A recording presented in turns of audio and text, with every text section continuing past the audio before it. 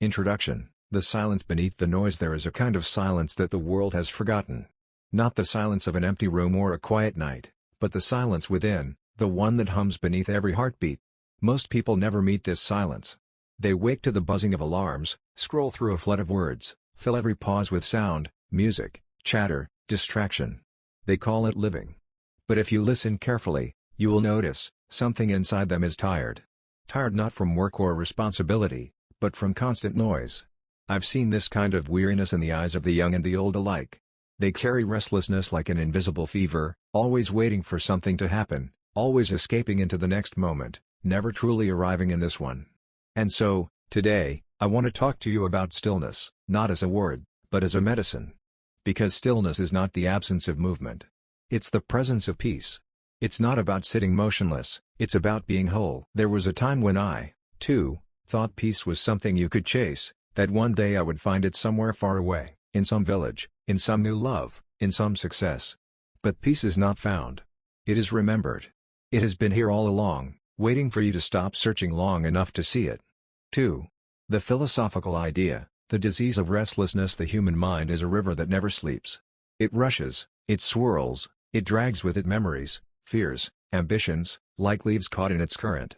We call this thinking, but often it is not thinking, it is drowning. The modern soul suffers not from a lack of information, but from too much of it. We confuse stimulation for aliveness. We think the busier we are, the more we exist.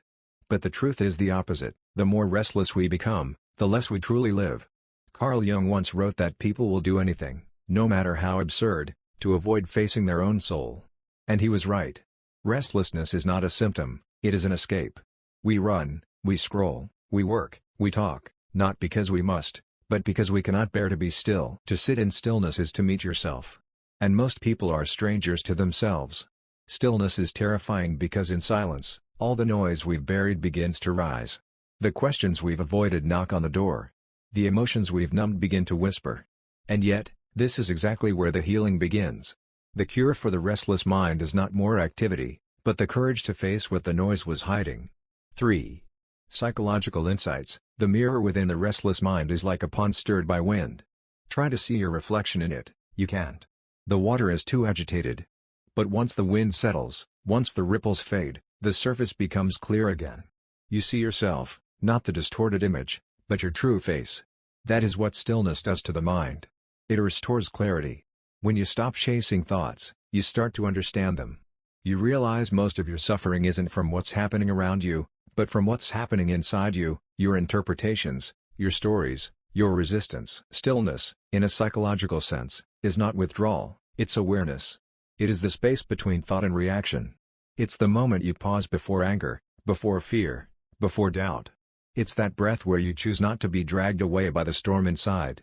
When you cultivate this inner space, you begin to see the world as it is, not as your anxiety paints it. You notice details. The texture of the air. The weight of silence. The sound of your own breathing. And for the first time, you feel that life was never rushing anywhere. It was you who kept running past it. 4. Practical wisdom. The practice of stillness. Now, you may ask, Uncle Stein, how can one be still in a world that never stops moving? My answer: you do not stop the world.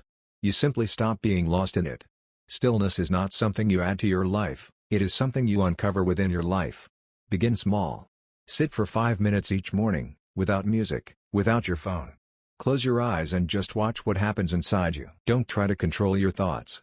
Let them rise and fall like waves. Be the shore, not the storm. When walking, don't rush. Feel your feet touch the ground. Feel the rhythm of your breath. The world moves slower when you pay attention. And when restlessness appears, because it will, don't fight it. Observe it. Ask it, what are you trying to protect me from? You'll be surprised how often your restlessness is only fear wearing a different mask. Stillness grows not through perfection, but through patience. The more you return to it, the more it returns to you. Over time, you will notice that you carry it wherever you go, like a quiet river beneath the noise of the city. 5. Storytelling. The parable of the monk and the mirror. Let me tell you a story I once heard, long ago, in a monastery hidden deep in the mountains.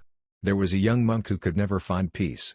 Every morning, he sat to meditate, but his thoughts raced, about the future, his past, his mistakes, his duties. He blamed the noise of the world, the wind, the birds, even the other monks. One day, he went to the old master and said, "Master, my mind is like a wild horse. I cannot tame it." The old master smiled and handed him a small mirror. "Go to the lake," he said, "and watch the reflection until the water becomes still." The monk did as told. He sat by the lake from dawn till dusk. The water rippled with every breeze, distorting the reflection. He grew frustrated, angry even. Days passed. He kept returning to the lake, watching the water, doing nothing. And slowly, he began to notice something. The lake became still not because he demanded it, but because he waited. One evening, when the wind finally calmed, he saw his reflection perfectly clear.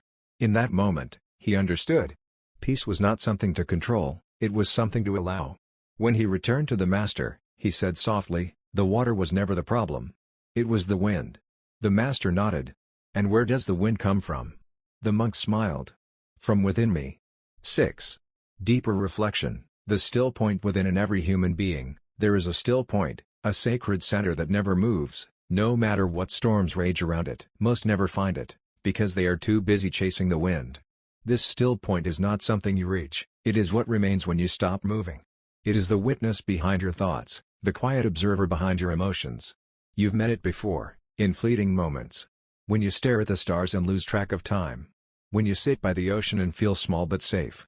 When you hold someone you love and the world disappears. That is stillness. It is not rare. You just forget to listen. Every great mind, from Jung to Lao Tzu, understood that the secret to wisdom is not in knowing more, but in being more present. Jung said that wholeness for humans lies in the integration of opposites, and stillness is what allows this integration to happen. Without stillness, you are split, part of you running, part of you hiding. But in stillness, you become whole again. You begin to realize that your restlessness was never your enemy. It was your soul knocking, asking you to come home. 7. The quiet revolution. Living from stillness. Imagine a world where people acted from stillness, not from fear or urgency. Imagine conversations spoken slowly, choices made with clarity, lives lived with presence instead of reaction. The noise of the world would lose its power. Because stillness is rebellion. It's saying, "I will not let the world dictate the rhythm of my soul." This is not weakness. It's strength, the quiet kind that bends but never breaks. Stillness gives birth to creativity. It allows intuition to speak, truth to rise, and love to breathe. When you are still, you stop trying to control life, and paradoxically, life begins to flow more naturally. People mistake control for order, but real order is born from peace. You see, chaos outside you will always exist. But the real battle is within. And stillness, that calm awareness, is how you win without fighting. The world may not understand it.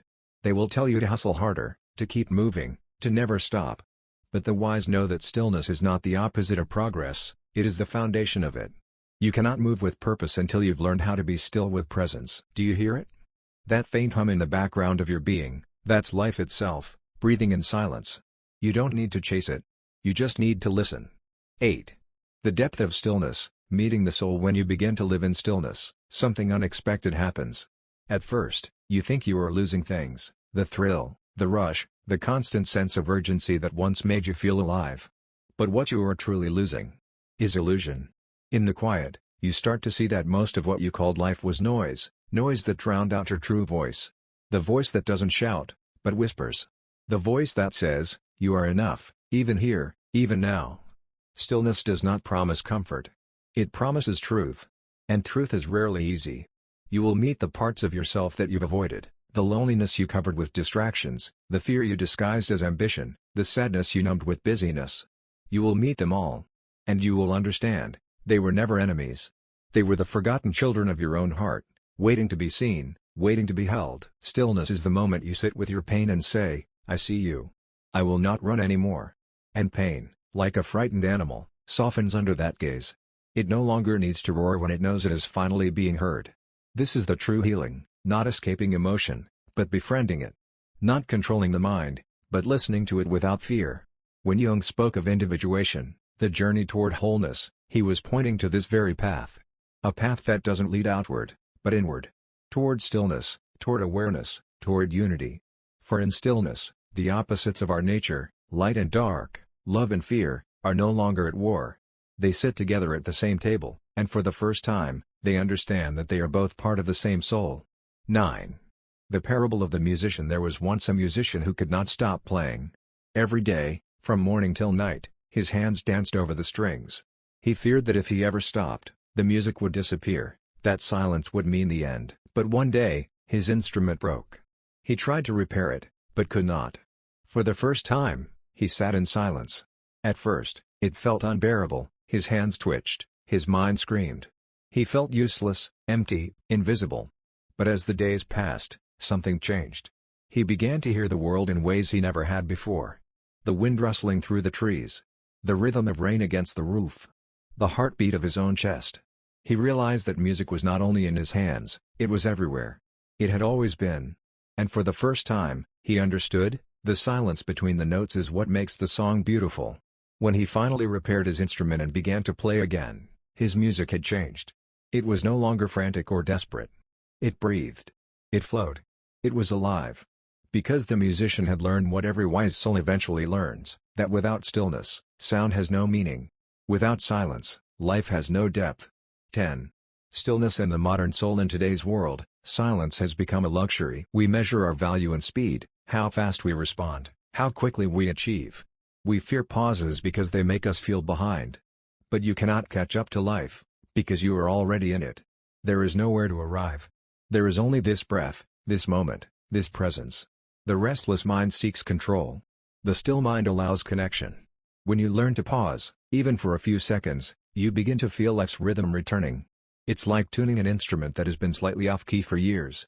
The sound becomes true again. Stillness doesn't make you lazy, it makes you precise. It doesn't make you passive, it makes you conscious. When you act from stillness, you act from understanding, not reaction. You speak from calm, not from chaos. You live not as a machine chasing goals, but as a being guided by meaning.